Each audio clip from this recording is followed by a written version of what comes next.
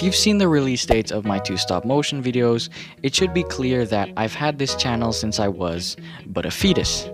I've had it way before I started uploading videos, even. During my time in that supple prison we call the womb, I was the perfect age to get into EvanTube. He was the second YouTuber I ever saw on the site, so my standards weren't that high. You know what? No. I'll defend myself this time. I haven't seen him in a while, but from what I remember, he was cool. All I have from him are fond memories. It was neat seeing another mixed race kid, and not only that, he had toys. The real stuff. Not my corona-coated garbage. I wanted to be him so bad, I'd spend nights awake thinking about channel names and the such.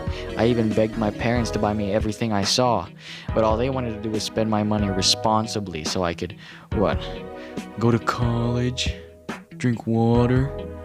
While I was in this frenzy, I saw this commenter with the username, "Stole your donut, I stole your donut," or "You took my donut," something like that. I chuckled and copied the username. A couple days ago, while brushing my teeth, I remembered I plagiarized the name, so I'm renaming this channel to something a little more original. Purple Elixir. You clicked cause Tower of God.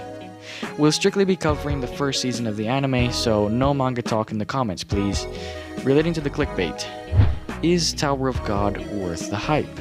Short answer, no, kinda. Long answer...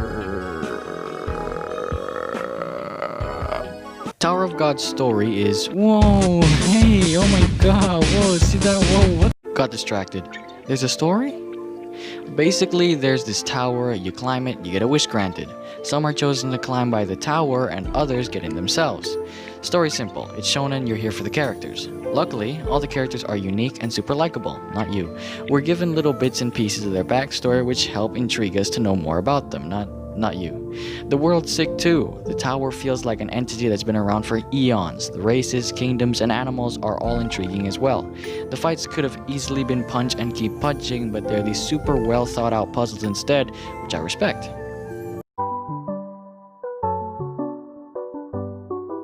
Remember when I said the tower feels like it's been around a long time? Well, the music further elevates that idea. The ambience and the choir-like voices all help increase the mysticness and magicness of a scene. When a huge, superior to humans, omnipotent, all-powerful demigod been around since the start of the universe monster shows up, I know that not because the show told me, but because I feel it. When the beat goes...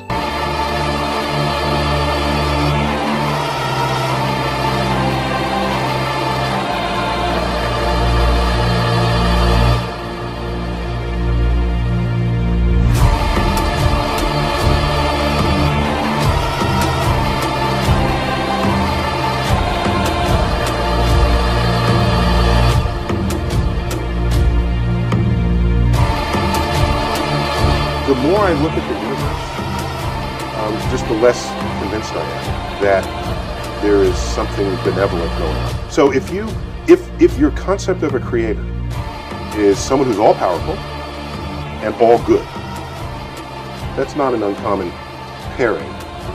If you're not catching the vibe after that, then there's something up with you, man. Bonus scoop! Kevin Penkin composed the soundtrack. You probably heard his stuff in Made in Abyss or Shield Hero.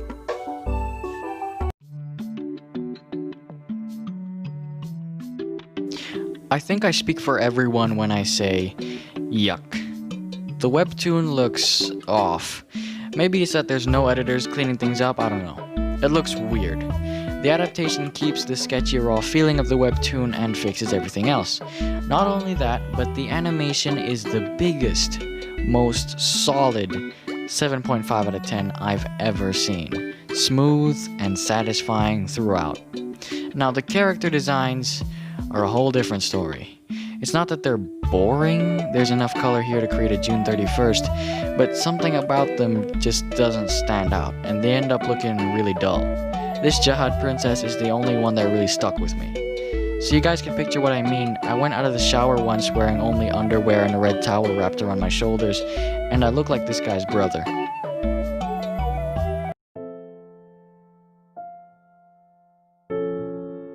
Overall, this was a pretty good introduction, and if you watch it, you're guaranteed in having a good time. So why do I think it's overhyped? Cause that's all it is, an introduction. This season's just a tool to get us familiar with the world characters and the rules. I barely know the characters long enough to care, and there wasn't any sense of progression. By the end of it, I still felt like the journey was just beginning. I'm not saying you should start arcs and unnecessarily finish them in the same season, but make us feel like we progressed at least a little. Some first seasons managed to pull off being a great introduction while also making us care for the characters and have a good sense of progression. But there's 800 chapters to cover here. It's understandable if it takes a while before it starts getting to the level these guys say it's gonna reach. It was a decent show so far, but nowhere near as amazing as the internet was making it out to be. You can compare the way I feel about this show to how if you don't like Joker as a movie because it was too cliched or it was a copy of Taxi Driver, you still respect it because it represents a stepping stone in more original and riskier comic book movies, as opposed to the standard safe stories we've been getting before. I for one liked Joker because I love that it showed just how cruel and unjust white men in society are being treated. It's amazing how it encourages these acts of violence by clearly depicting them in a positive light and displaying how these actions aren't obviously wrong and should definitely be imitated. From merely watching the movie, my malleable, clay-like mind is telling me to reject my identity and kill my mom. Also, I didn't watch Taxi Driver, I'm not 50. I like Tower of God, but even then I respect how because it's so successful, some lesser known webtoon gems might get adapted too. A whole nother country with their own views and culture will get the adaptations they deserve. And remember, this is all how I currently feel about the show. When later installments come around, my overall opinion on it could change, and I might even respect the first season more with how well it set everything up. A bit like how Netflix's Castlevania is starting to develop its own identity, and I recognize that that all started with the third season, but right now, I still kinda prefer the second season more. Sorry if that came out of nowhere, I like the show a lot and I think more people should watch it. Video when season 4 rolls around? Who knows? Ending on one last good note, at least this season left me thirsty for more. A lot more. Now that everything's been established, I'd love to see where they take the story. And it's probably a good thing that this first season didn't blow it out of the water, because I feel bad for shows where their first season is the best one.